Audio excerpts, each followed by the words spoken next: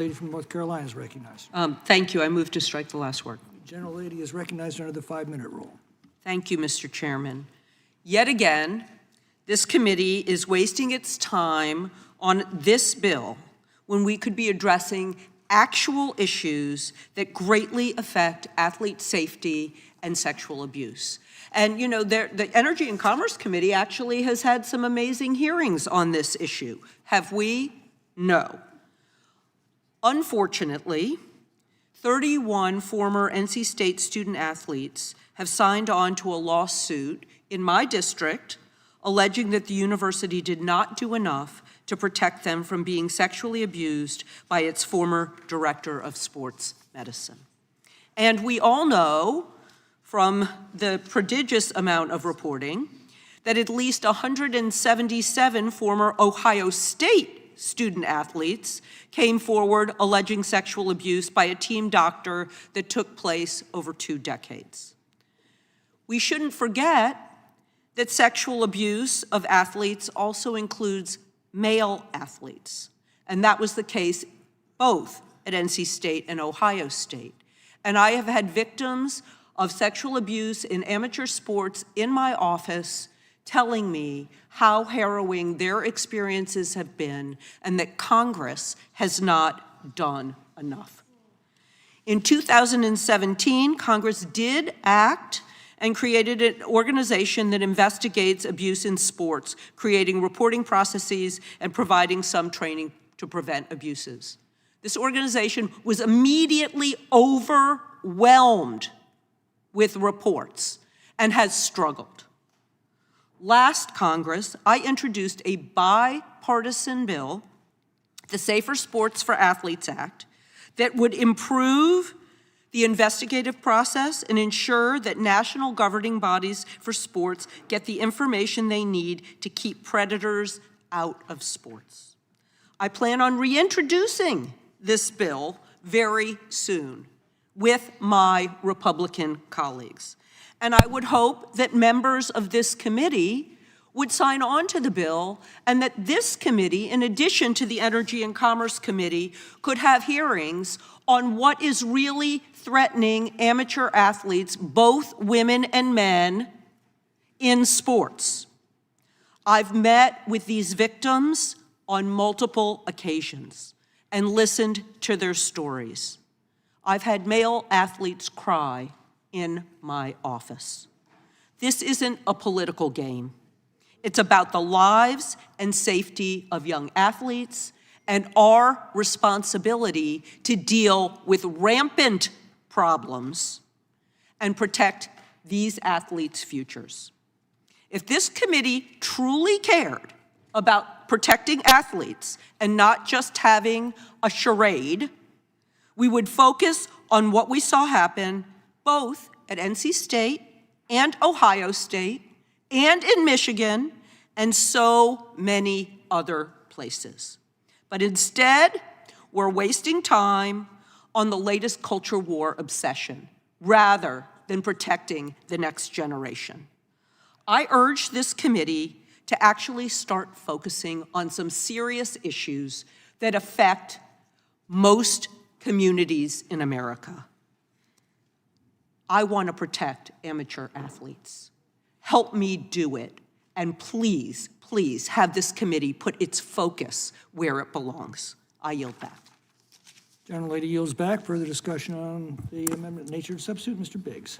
Thank you, Mr. Chairman. I have 2 daughters that played collegiate sports and would have been shocked. They would have been shocked. I would have been shocked if biological men had played college fast pitch softball with them. Biological men have no place in women's sports, period. That's not a partisan argument. It's a matter of fairness, safety, and basic justice for the women and girls who have sacrificed everything to compete at the highest levels. For more than 50 years, Title IX has protected equal opportunity in education and athletics. It opened doors for generations of women who trained, competed, and excelled because the law recognized a simple truth. Biological differences matter, and women deserve a level playing field. Yet today, those protections are being eroded, not by science, not by fairness, but by an ideology that insists biological sex is irrelevant, that women are merely identities, not a reality rooted in biology. Ignoring biological differences does not make them disappear. It only harms the very athletes Title IX was written to protect. It forces women and girls to surrender their privacy, their safety, and their opportunities, and the consequences are real. In Arizona alone, trans-identifying males captured 78 women's gold medals last year, along with silvers, bronzes, and countless stolen dreams. These are not abstract numbers. They represent young women who trained for years only to lose to competitors with undeniable physical advantages. These are not small differences, they are decisive ones. In my home state of Arizona, we have many brave athletes who have spoken out. Marcy Smith, a 15-time All-American swimmer and co-founder of Icons Women, put it plainly, quote, "Women and girls need clear, durable protections in law that they can rely on. Our daughters deserve to train, compete, and win on a fair playing field," close quote. She's right. Kaylee Ray, an NCAA volleyball standout, forfeited a match rather than compete against a male opponent. Shauna Glazier, a USA cycling champion, lost a race to a male competitor. Lauren Bondley, a USA triathlon athlete. All these brave women have courageously stood up and called out and exposed these injustices. And another brave action from Arizona women athletes was a 2022 letter to the NCAA from University of Arizona swimmers about Leah Thomas, which made the betrayal unmistakable. They stated a simple truth, quote, "We feel we are witnessing irrevocable damage to a sport that has transformed our own identities for the better," close quote. I should note that the NCAA never even responded to them. I ask unanimous consent for several letters and articles. Number one, University of Arizona Stars write letter to NCAA on Leah Thomas. Without objection. New research reveals shocking number of gold medals trans-identifying males have stolen from female athletes. Without objection. New York Times poll finds almost 80% of Americans oppose men in women's sports. Without objection. How do men and women differ athletically? Without objection. A piece called "The Transgender Movement's Harm to Women." Without objection. Riley Gaines fires back at Senator Dick Durbin for bowing to trans activists. Without objection. And a letter from Concerned Women for America dated January 13, 2026. Without objection. We must act, and this is why I'm pleased to co-sponsor H.R. 1028, the Protection of Women in Olympic and Amateur Sports Act. Defines female and male based on biological sex, not identity, not ideology, and requires amateur sports governing bodies to preserve female competitions for biological females. H.R. 1028 ends the confusion and ends the loopholes. And it ends the unfairness that has robbed women of medals, scholarships, and opportunities. Girls deserve to compete on a fair field, not against biological males who identify as girls, not against athletes with inherent physical advantages, and not in a system that sacrifices women's rights to appease political pressure. It's time to stand up for biology, stand up for fairness, stand up for our daughters, our sisters, and every woman who has ever stepped onto a field, a court, a track, or a pool. I support the bill. Please protect women's sports, restore the integrity of competition for generations to come, and I yield back. Gentleman yields back. Is there further discussion? Is there further discussion? Gentlelady from Vermont is recognized. I have an amendment at the desk, Mr. Chair. Clerk will report. My amendment. Reserve a point of order. Reserves a point of order.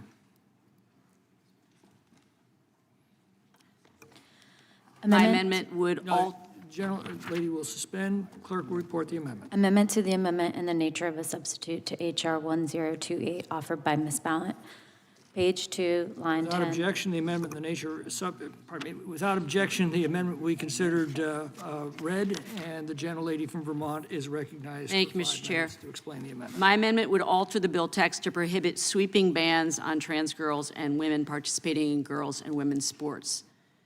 This bill mandates that a person's eligibility to participate in sports be determined by their reproductive system, not by their chromosomes, as my colleagues on the other side are arguing now. That's not what the bill says. The bill says based on the reproductive system. And this is not just adults. This is kids too. With this bill, Republicans are saying that they want teachers and coaches to essentially become gender police. They think it's appropriate to interrogate young girls when they decide they don't look feminine enough, or when they think a girl's a little too good at track, or if their shoulders are too broad. And this isn't theoretical, it's already happening. We have instances of this already happening. And it opens the door to abuse by bad actors. Other people have talked about this, and this is a strong concern that I have, especially child abusers. And as the release of the Epstein files has revealed, there are unfortunately a lot of very powerful, wealthy men who will abuse girls, and even more powerful men and women who will cover for those abusers. This bill requires that participation standards for youth should be the same as for the Olympics, which is, of course, the highest level of competition in the world. And this makes no sense. People can disagree, and we can disagree on what rules are most appropriate for competitive sports at the highest levels. But I would hope that we could agree that young kids should not be banned from simply participating in sports teams with their friends. And Republicans want to make this about the Olympics, but the real impact of this bill is actually on youth sports. Nearly 98% of USA Swimming's 2024 members were under the age of 19. More than 2/3 of USA Hockey members were youth players. Under this bill, these young people could be subjected to physical exams to check on their gender. It's your own bill. You wrote it. You put your reproductive system in there, not chromosomes. And so that's the perfect climate for a Larry Nassar, for a Richard Strauss at Ohio State, for Jeffrey Epstein. And it does put our children at risk. And HR 1028 does nothing to protect women in sports. It ignores the real problems that do exist in women's and girls' sports, as other people have already said, but I gotta just say it: unequal pay, lack of resources, lack of accountability for sexual misconduct and assault.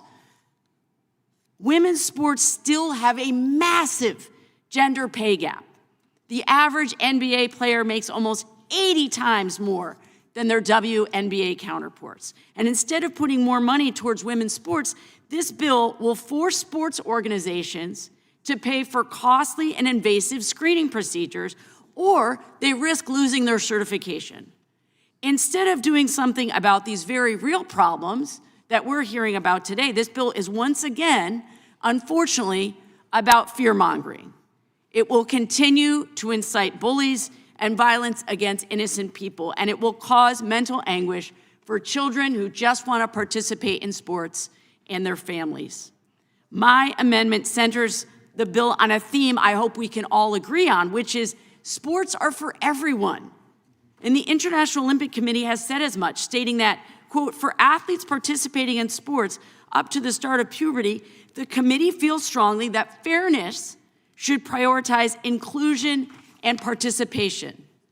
We all know sports teaches teamwork, discipline, and how to have fun. They provide a way for us to connect with other people, to be in community with other people. And we can't teach these values to our kids while we're intentionally excluding people. So I ask my colleagues to support my amendment to change the language in this bill so that it prohibits a categorical ban on trans women participating in sports. And I just want to say, like my colleague from Washington, I'm tired too. I'm tired of these bills. I'm tired of people being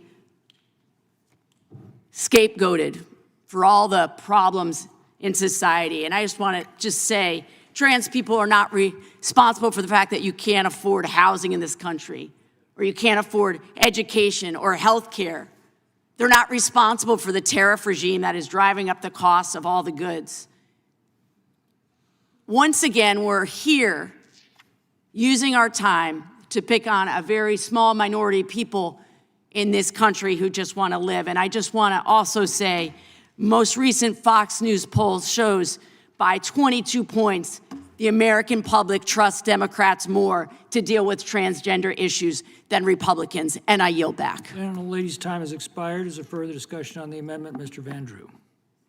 Just quickly, I don't want to take a lot of time here. The gentlelady said she's tired. So are we. I'm just tired of an issue where women are the victims. I mean, I'm going to say something that I said before once over. It was a different subject. It was a similar issue, though. We're never worried about, or the folks on the other side don't seem worried about the victims. speak to the women that have been unfairly treated because they can't compete against the biological male, or have been hurt, or have lost their dreams, or haven't been able to continue to compete at a higher level because of what's happened. It doesn't matter that it's not hundreds of thousands or millions of them. It matters even if there's one of them. This is like a no-brainer. Nobody wants to hurt anybody. Nobody's ostracizing anybody. No, and if they are, they shouldn't. Nobody's picking on anyone. It's very simple. Women, young ladies, girls, whether they be in youth sports, high school, or college, should be able to compete with other women in women's sports. And if it's unfair, and again, nobody's saying that you have to go into a locker room or bathroom. Some of them may be in there, and it may be quite evident that they are not biological women, that they're biological males, but you can, if it was necessary, check, but usually it isn't. They announce it, and they're proud of it, and that's fine. I don't want to hurt them. Nobody on this side of the aisle wants to hurt them. Nobody wants to do damage. Nobody wants to go after them. Just leave our women and girls alone. Let them have fun, let them compete, and let them fulfill their dreams. It's unfair. You're making an unfair competition. I don't know how else, it just isn't that complicated. And honest to God, I didn't see the poll, but I gotta tell you, if you go out into any soccer field, any baseball field, any basketball court, just talk to young girls, women. Mr. Van Drew, would you yield for a question? Sure, I will. I think No, I and made my point. I will yield, yes. Legitimately. Do you not believe that the conclusion of this bill may be that girls who are participating, they are girls, okay?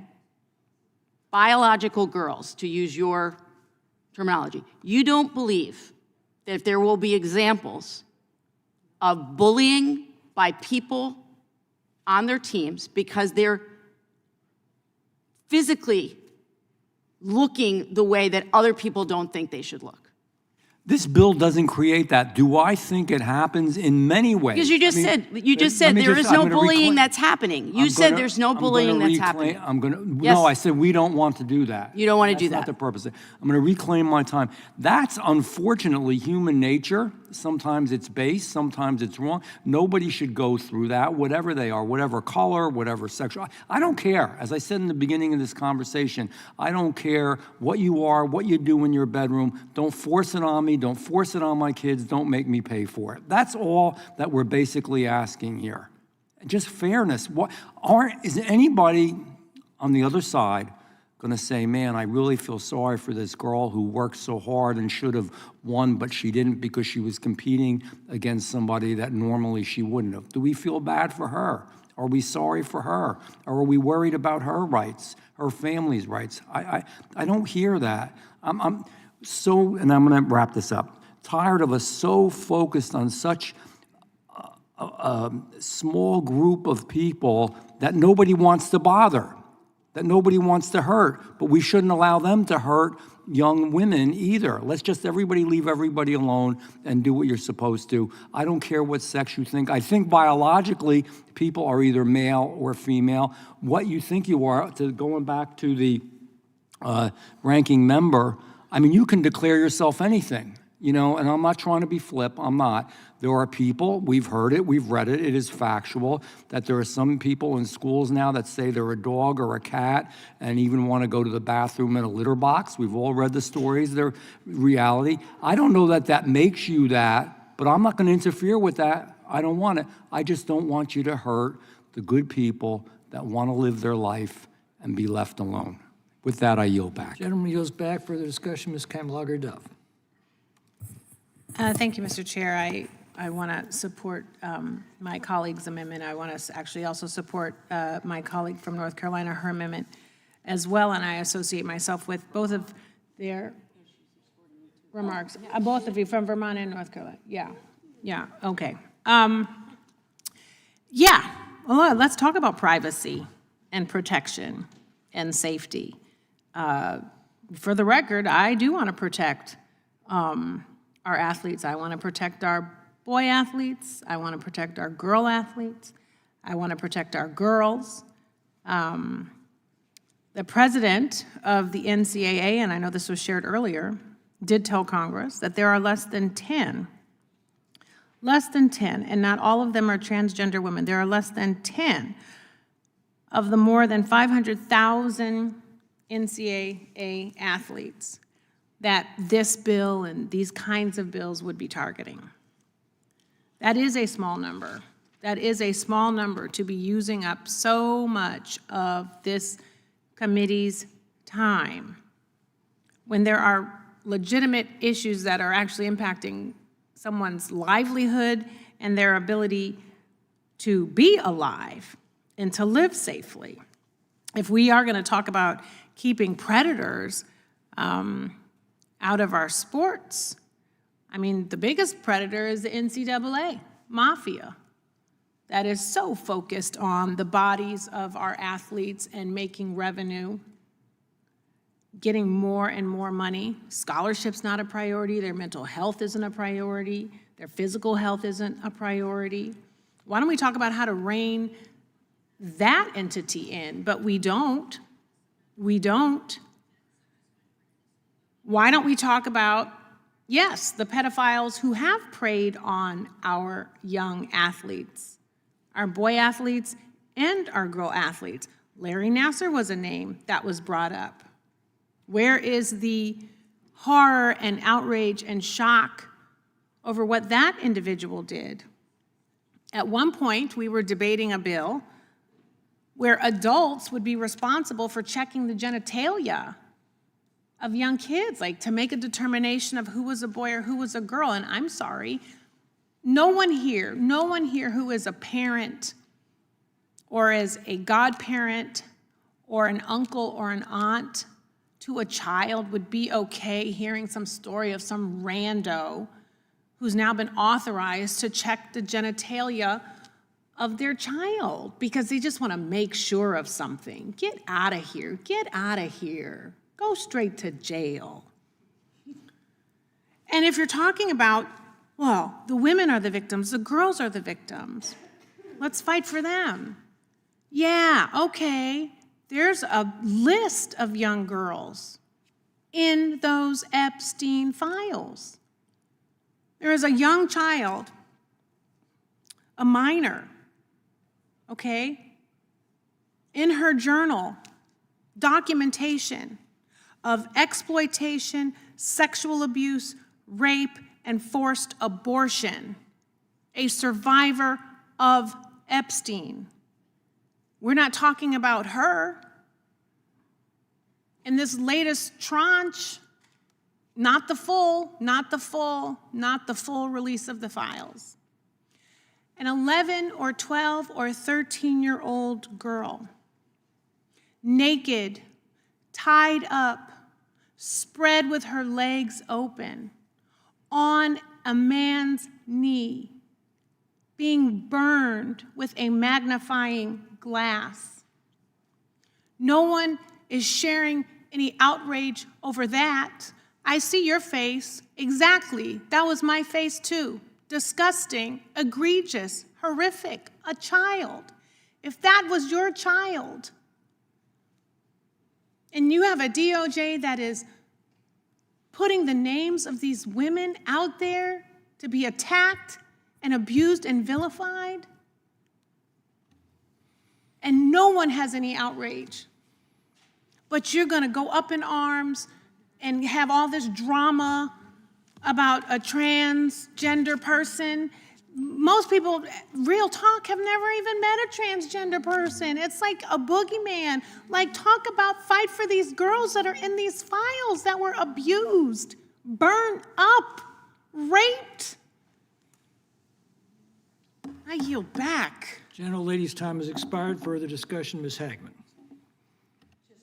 Just very briefly, I think that the Epstein files have now been mentioned upwards of 20 times during the course of this markup today, when what we're focusing on is whether we need to adopt a law to prevent men from participating in women's athletics. One person even made the accusation that there is this whole slew of powerful men who have been covering for Jeffrey Epstein and their abusers. Well, you want to know who actually ran cover for Epstein? Who actually covered for the abuser? Do you want to know who actually protected Jeffrey Epstein? Well, her name is Stacey Plaskett, and she is a Democrat representative from the Virgin Islands. So if you want to go in and look at the Epstein files, why don't you go ahead and do a word search for Stacey Plaskett, representative from the Virgin Islands, the woman who was Jeffrey Epstein's fixer.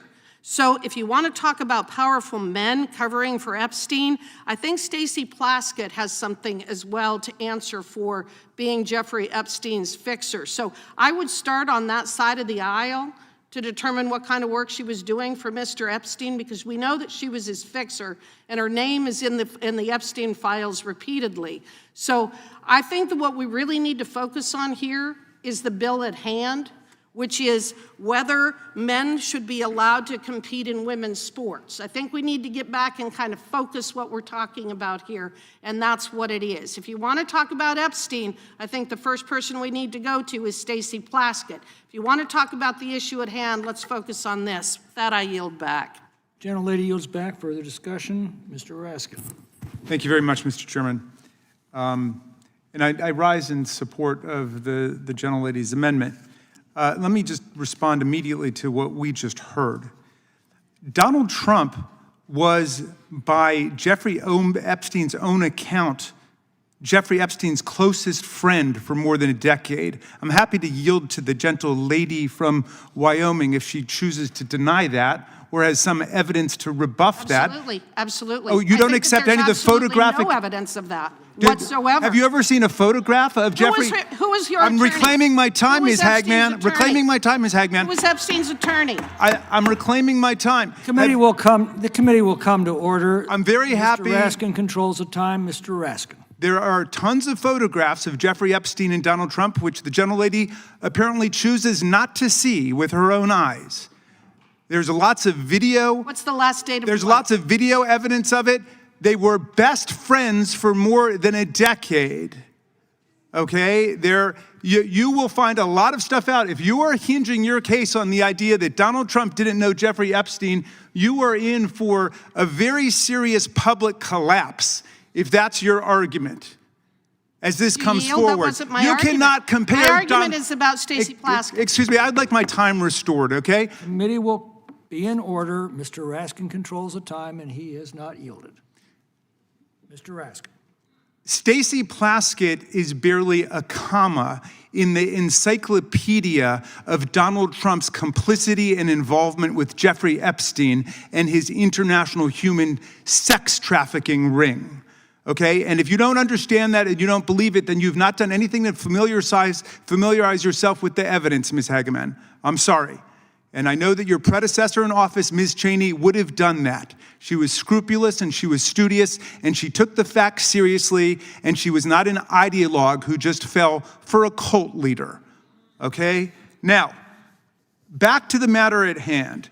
Presently, the Olympic Committee has already made the decision, I think, in more than half of the sports. So it's already decided, for example, that with respect to boxing, with respect to rugby, with respect to swimming, with respect to tennis, and with respect to volleyball, as I understand it, that all of these are limited to the sex assigned at birth. That's already been decided. So we are intervening now as the United States Congress to make a decision about a miscellaneous category of a handful of other sports, which have not even been mentioned by our colleagues, which appear to still be open to transgender athletes. Here are the ones that I see them are skateboarding, skiing and snowboarding, table tennis, ping pong, and then ultimate frisbee. Now, perhaps someone over there can explain why, when American citizens are being shot in the face by federal agents, and the entire heartland of the country is in an uproar because of Donald Trump's private paramilitary army that nobody on the other side seems to want to talk about. We should be talking about whether or not transgender girls or women should be able to participate in ultimate Frisbee competitions. Because that's really what we're talking about today. But they sure would much rather be talking about that than anything else. They don't want to talk about what's really in the Epstein files. I'm surprised, I'm stunned, I'm astonished, I'm flabbergasted by Ms. Hageman, who seems to go way beyond anything else I've heard from other Republicans. She seems to be in open denial that Donald Trump and Melania Trump had anything to do with Jeffrey Epstein. That's astonishing to me. I think she's setting herself for a huge public relations fall by going that far. Oh, here's some photographs, Ms. Hageman. How do you see about those? Do you think those are created by artificial intelligence? You got any problem with any of those pictures of your hero with Jeffrey Epstein, his closest friend for more than a decade? Thank you for bringing forth the photographic evidence. Keep that up for a while. Apparently some people haven't seen those pictures. They're very happy to talk about Stacey Plaskett, the non-voting delegate from the Virgin Islands, or Bill Clinton. And anybody who was involved in any crime should be punished for it, whether they're Democrat, Republican, Independent. I'll say it right now. Will Ms. Hageman, the very distinguished general lady from Wyoming, say that? Will she say that Republicans should be punished for their crimes if they were complicit in a $1 billion international child sex trafficking ring? I don't think so. I don't think she'll say it, not if it's Donald Trump. It's all about Donald Trump following him off into a path of oblivion. I yield back. Gentleman's time has expired. Is there further discussion? Mr. Moore. I yield to the gentlelady from Wyoming. Just very briefly, it clearly hit a nerve, didn't I, Mr. Raskin? Oh, very much so, because you don't tell the truth. It's very obvious. And that hits a huge nerve. I think that it's very obvious. Ms. I think Hageman it's controls- I'll interrupt her the same number of times she interrupted me, Hageman Mr. Chairman. controls the time and is not yielding. Mr. Chairman, hold on. The ranking member just accused the gentlelady of lying. And I don't. Never use that word. Never use that word. Didn't he say about not telling the truth? The committee will be in order, Mr. That was the Roy. standard established earlier today, Mr. Roy. You weren't here. The committee will be in order. Does Mr. Roy make a point of order? May I inquire as to whether the gentleman with the ranking member accused the gentlelady of not telling the truth? I heard something to that effect that I might have misheard. If the gentlelady was denying that Donald Trump knew Jeffrey Epstein, that would not be a truth that I could endorse in the world of objective reality. This is my time. I never made that claim. I'll yield back for now, Mr. Chairman. Everybody calm down here, okay? The committee will be in order. I would remind members to direct their comments to the chair. The gentleman will continue in order. Oh, pardon me, gentlelady will continue in order. Thank you. The point of this is that nobody has made that claim, yet in order to try to deflect attention from the fact that Stacey Plaskett was Jeffrey Epstein's fixer, the ranking member has become hysterical over the fact that there are published photographs of Donald Trump with Jeffrey Epstein. Nobody on this side has ever claimed otherwise or that they did not know each other. They absolutely did. But Donald Trump was not the attorney or the fixer for Jeffrey Epstein. Stacey Plaskett was. So the point that I am making is when you have accusations being made by the other side about powerful men covering up for Jeffrey Epstein, I think the very first person you need to look to is Stacey Plaskett, a powerful woman via New York and the Virgin Islands. That was the point. That doesn't have anything to do with Donald Trump. That has to do with whether Stacey Plaskett is associated with Jeffrey Epstein, and she clearly is, as is shown by the records. So if you are concerned about powerful people covering up for Jeffrey Epstein, perhaps you need to visit with Stacey Plaskett first. That was the point, Mr. Raskin, and I don't think there's anything further to say. I yield back. I yield back, Mr. Chairman. Gentleman yields back. Is there further discussion? Mr. Chairman. Gentlelady from Washington is recognized. Thank you, Mr. Chairman. Wow, there's a lot to say here. The gentlelady from Wyoming said that she doesn't understand why we brought up the Epstein files 20 times. Mr. Raskin made it 21. I'm going to make it 22. The reason we brought up the Epstein files is because you all keep telling us that we don't care about women and girls. That statement has been made over and over and over and over again. So let me ask a little simple question, though there's not very many of you over there on that side. How many of you signed the discharge petition to bring the Epstein Transparency Act to the floor? Anybody over there? Because Mr. Massey's not there. He did. He led that. I give him tons of credit for that. Did anybody sign that discharge petition? No. Don't see a single hand being raised. How about on our side? Members, how many of us signed the discharge petition to bring the Epstein Transparency Act to the floor? Yeah, every single person on this side. We wanted to investigate every single pedophile and pedophile protector that was in that Epstein ring. And you have the temerity over there to tell us that somehow we don't care about women and girls. Have you spent any time with those survivors? Because we have, right, ladies? We have, all of us. Gentlemen as well. Oh, I see that there are so many ladies on this side, and there's one lady on the Republican side. I don't know what it is about your party that doesn't seem to want to have women run over there in your party. But let me tell you something. We spent a lot of time with these survivors, and the way they are being treated right now is stunningly disrespectful. Todd Blanche is out there saying, there's nothing to investigate. Did you see that? He said, there's nothing to investigate. I'm not even gonna try to run an investigation. So you all wanna know why we keep bringing up Epstein? Because there is a massive cover-up of the Epstein files and everybody involved, and you have the temerity to suggest that we are the party that doesn't care about women and girls. Give me a freaking break. That's point number one I wanna make. Point number two I'd like to make. You keep talking about protecting our kids. You talk about your little girls. I've got a little girl. I've had kids. They're grown now. We want to protect our kids too. And trans people are literally 1% of the population. But you know how many bills have been passed in the last year targeting trans people? 745 anti-trans bills passed in introduced in state legislatures across the country. And you think that that doesn't affect trans people and the trans community? You got Mr. Van Drew over there saying, oh, we don't want to be in anyone's business. We're not trying to hurt anybody. We just want to protect our girls. Let me tell you something. Trans people are being attacked across the country. And if you don't know that, you should study the statistics, because the statistics are very, very clear.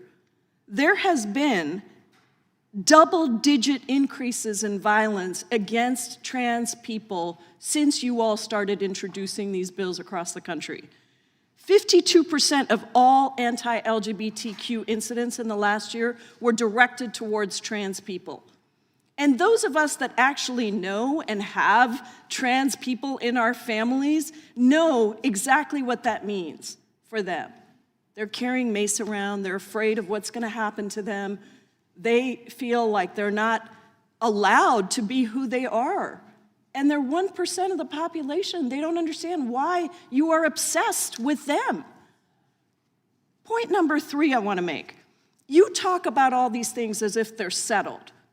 You know, you say like, oh, there's so much evidence that shows that women are biologically inferior in strength and therefore blah, blah, blah, blah, blah. None of this is settled. In 2024, there was a study funded in part by the IOC and published by the British Journal of Sports Medicine that concluded that transgender women athletes may actually have several physical disadvantages when competing with cisgender women. And I'm gonna use that word again, cisgender women. Cisgender, I'm gonna say it again and again so you get comfortable with it. Cisgender women. So none of the stuff that you quote is settled, and we shouldn't accept it as settled. The gentlelady's time has expired. I yield Is back. there further discussion? Gentleman from Georgia. Thank you. I yield a minute to the gentlelady from Washington. Fantastic, thank you, because I wanted to just say, look, I said this before, I am just so tired of the way that you target trans people in this country.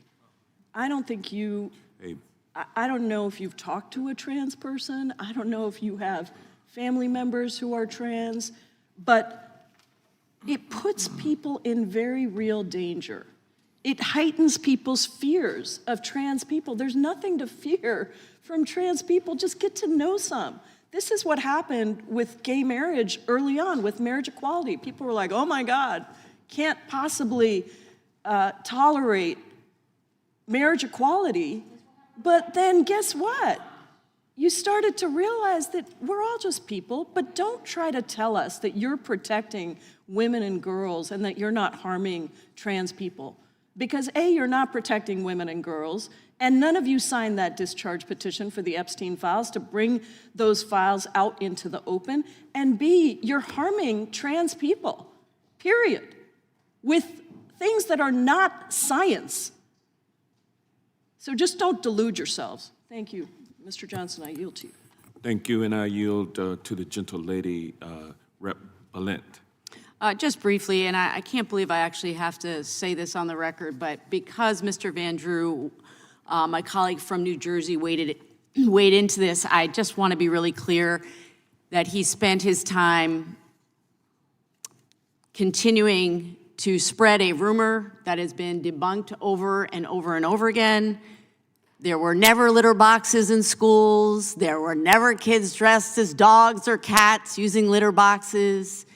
And yet he spends our time in judiciary bringing up, once again, a hoax. And you just need to look at Education Week that put out an article about this. Litter boxes in schools, how a disruptive and demeaning hoax frustrated school leaders across this country.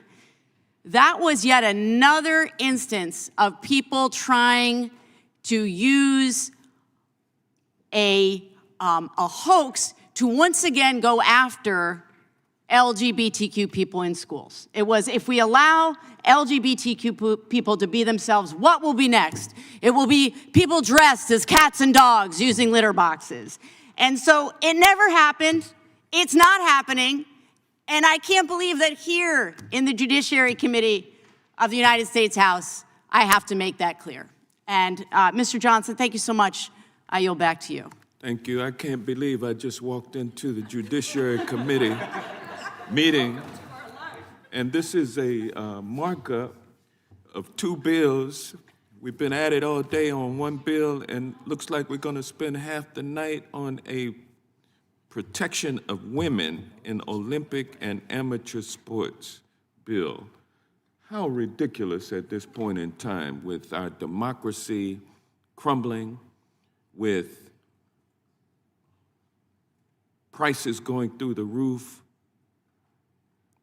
and with the Epstein files still having not been fully accounted for, and we are considering this legislation here, which is, by the way, going to give men the authority to determine whether or not a female or anyone is female or cisgender.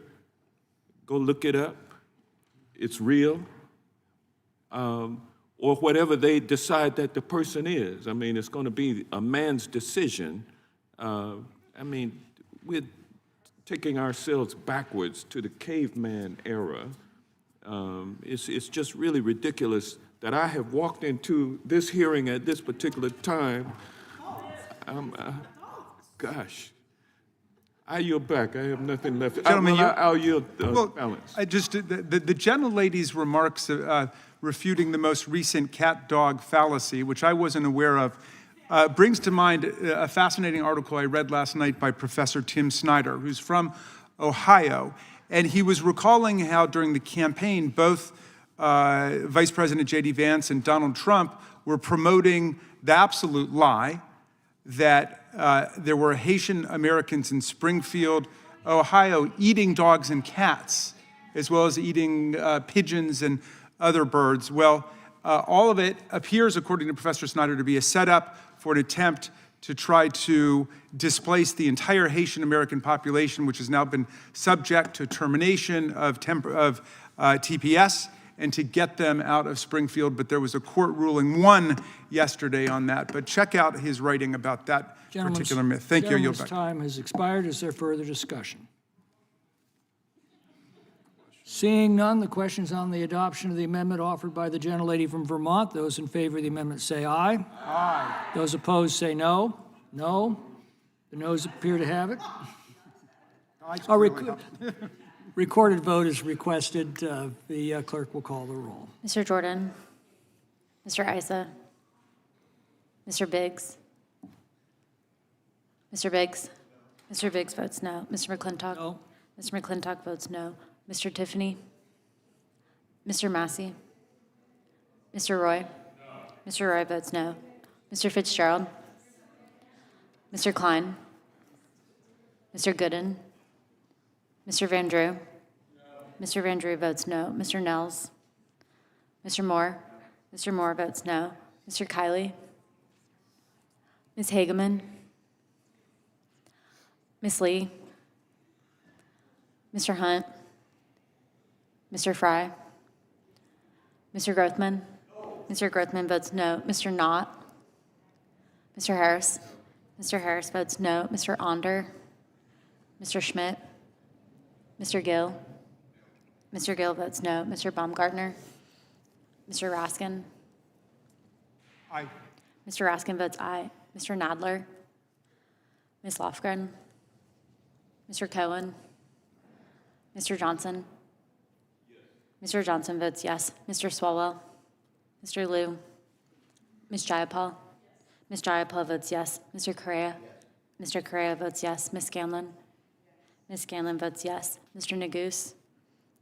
Ms. McBath? Ms. Ross? Ms. Ross votes aye. Ms. Ballant? Ms. Ballant votes aye. Mr. Garcia? Ms. Kamlager-Dove? Ms. Kamlager-Dove votes aye. Mr. Moskowitz? Mr. Goldman?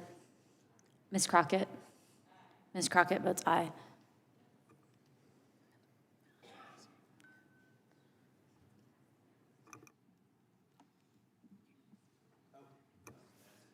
Mr. Massey, you're not recorded. Mr. Massey votes no.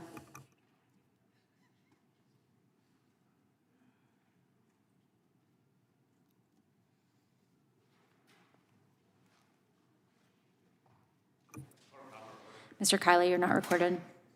Mr. Kiley votes no.